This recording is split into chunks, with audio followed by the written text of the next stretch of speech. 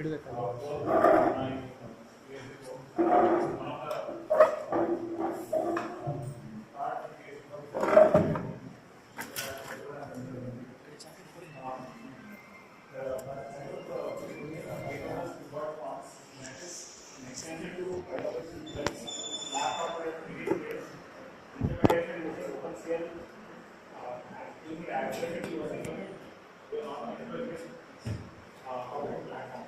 a quite a big diagram basically. I'll go one by one. So the topics that I want to cover is the introduction, the scope of the trace organization, the XTC, Heterogeneous computing, GPGPU, APU, OpenCL, and Pythagoras TRIPLETS. The OpenCL implementation of the Pythagoras TRIPLETS, and what is OpenCL workbook and work guidance, and cuboid size, measurement approach, and the result and the conclusion the paper. So the introduction go with today's computing industry. Basically, when I say computing, I just say it can be like your CPU, the processor, the central processing unit, which usually when you go back to the script, you can find the CPU being the whole, the brain of the computing. Right? That's what is being done till now. So what has happened is, over the period of time, the CPU has been optimized and pushed to its limits to give the to perform faster computations. So as they try to optimize due to various factors like physical limitations and to increase the frequency, and the heating issues, all this limitation made the industry to look for other opportunities to find to increase the computation speed rather than just CPU. So if you take the top one supercomputer, is assisted by when you have millions of say 3x CPU cores. Along with that, you have another computing engine assisting the CPU. So it's called Intel Xeon 5. It's a co-processor. Okay. So it's basically going to accelerate the computing speed. That's one of the examples. Take a smartphone. Your smartphone, you have ARM code, right? Everything is based on, most of the smartphone is based on ARM. So you can find that ARM code is also accelerated using the GPU code. One of the example is Mali GPU. So you can use that Mali GPU not for graphics processing, also for general purpose computation. So I'll just tell you what is general purpose computation. So and that's about, I'm just trying to give you the range of the core processor giving the execution path. So right from the supercomputer to the smartphone. So what are the software stack that's been optimized? So software stack, if you take a supercomputer, it is all scientific computing applications. That's what you find, like the forecasting, genetic sequence, so on. But if you come to your normal day-to-day applications, so you take Microsoft Word, Excel, or the browsers, all of them are GPU accelerated. That means it's not just CPU doing the job for that. So all of them are assisted by GPU. So this is one of the example. So and today I think we had a keynote speaker mentioning about big data. So big data is also being processed using our GPU accelerated engines. So the scope of this is, since you got the wide area like end-to-end from where you can get the acceleration apart from CPU. Right? So this paper tries to validate that by taking a simple operation like Pythagoras theorem and applying it on CPU and finding the measurement and to move it on to the GPU and see the performance gain out of it and load balance between CPU and GPU and see the performance improvement. So that's what is in the whole part. Okay. So I'll just touch upon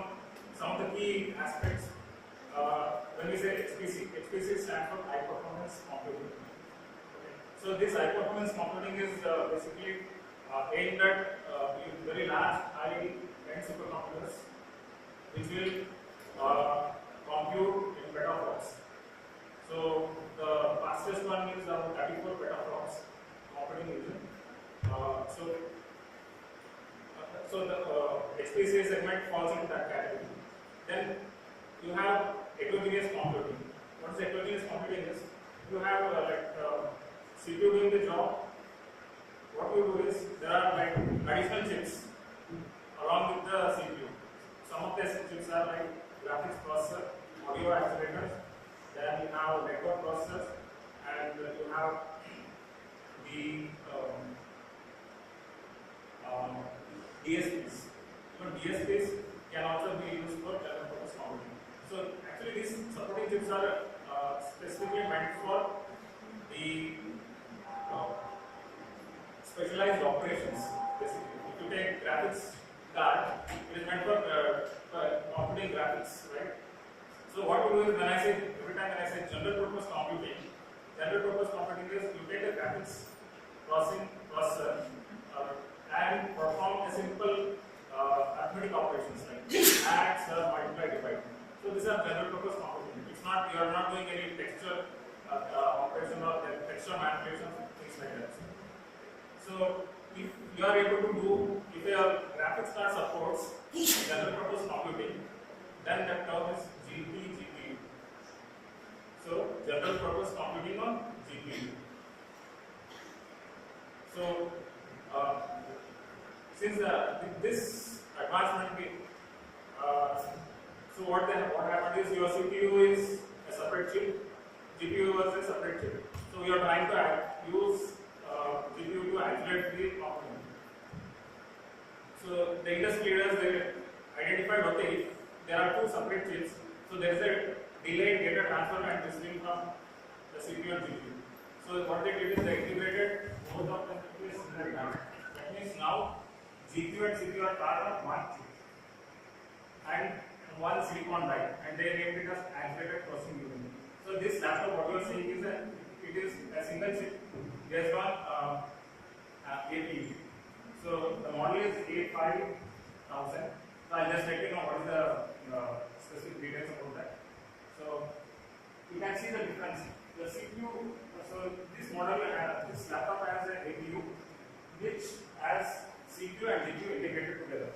So CPU has 4 cores basically. That means ideally, if you say 4 threads can be deployed, right? You can see GPU has 128 cores. That means theoretically 1 thread per core, you can have 128 threads running parallel. So that is what the performance gain you get out of that. So but problem is if you want to program this CPU, you have a set of CPU tool chains to program it, and you have to program GPU, you have a separate tool chain. So and the way you program is difficult. It is complex for GPU rather than for CPU. So to overcome that complexity, they have come with a software platform framework. That's called OpenCL. OpenCL is an open computing language and also a framework, runtime framework, which can ease out the complexities of CPU and GPU. So from the work of the So what in this paper, what I have done is I have used APU as the hardware platform, and I have used OpenCL as the software framework to program and harness the capabilities of GPU to perform GPU. So the simplest thing which I want to experiment was the Pythagoras triplets. So just I'll give you a brief Pythagoras, Pythagoras here. So hypotenuse square is equal to some of the other two sides square, right? So Pythagoras triplets is say if you have 3, 4, 5, 3 square plus 4 square is equal to 5 square. That's actually the Pythagoras equation.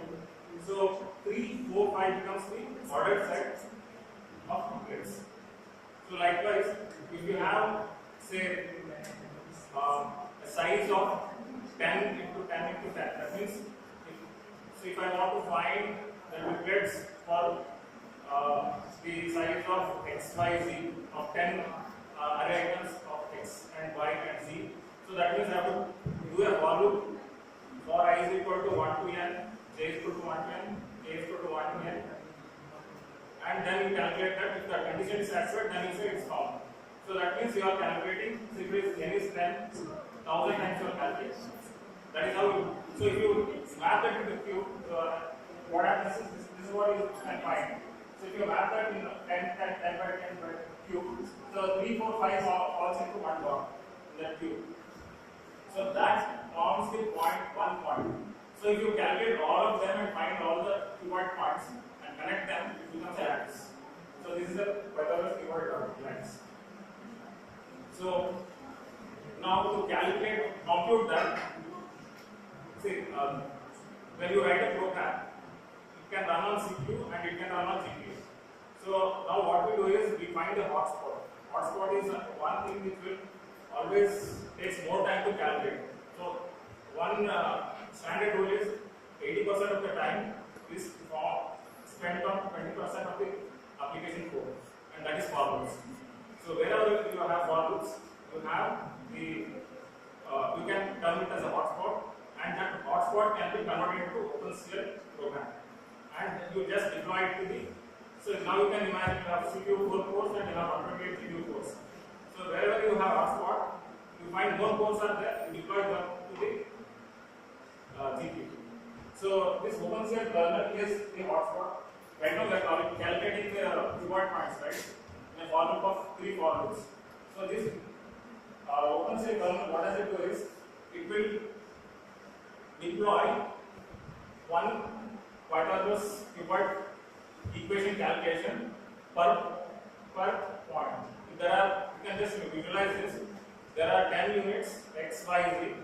So that means there are 1000 cells in this room, right? It's a cube, 1000 cells. So you can visualize that each cell, one OpenCL thread is deployed. That means at a time you can have 1000 threads deployed and you get computed independently. If you are running that on a CPU, it has to go in a sequential order like for loop. So it takes, I just demonstrate that how it will go. So this is a simple OpenCL kernel for implementation of Pythagoras calculation. And okay, I just as I was saying, you have threads, right? That's what you have worked on the threads, right? CPU threads. So in OpenCL you have, we call it as work group and work items. So you can have a work group of single dimension. That means, say, you can have 10 work items working at a time. 2 dimension, that means, say 2 by 2 or 10 by 10 parallelly working, or 3 dimension threads. That means a cube of threads parallelly getting deployed and computed. Okay. So in this case, what I have done is the cuboid size I have taken as 10, 25, and this is a workload. So up to 250. So you can see how many size of cubes. I mean each point becomes point of calculation for x, y, z. So the measurement approach is like this. So perform CPU only computation, GPU only computation, GPU, and measure the time performance. So these are the sample data point which I was mentioned.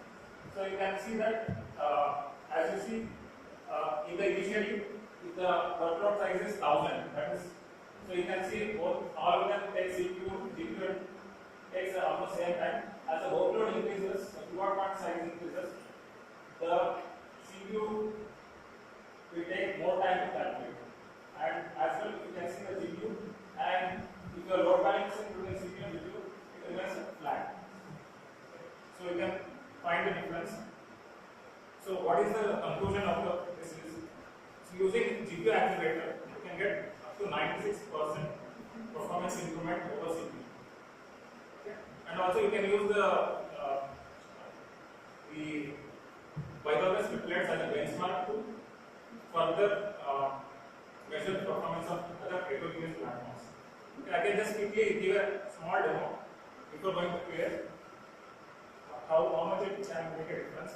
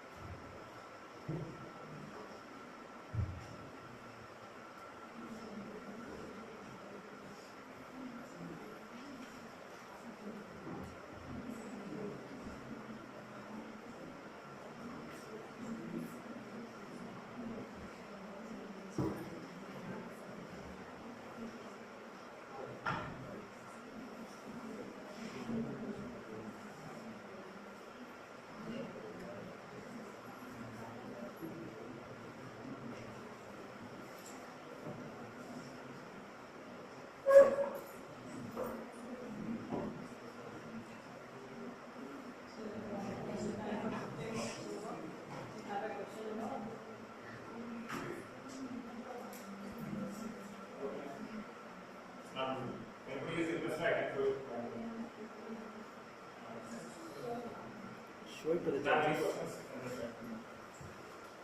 Okay, can I show it? What type of data is it? Okay, the data in this case is it is a workload of Cuboid point size.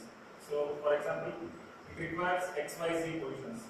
Cuboid Pythagoras requires 3 variables, and each variable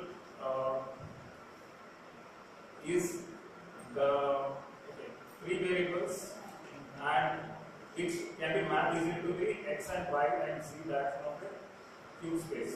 So that means the workload can be a size of the cuboid.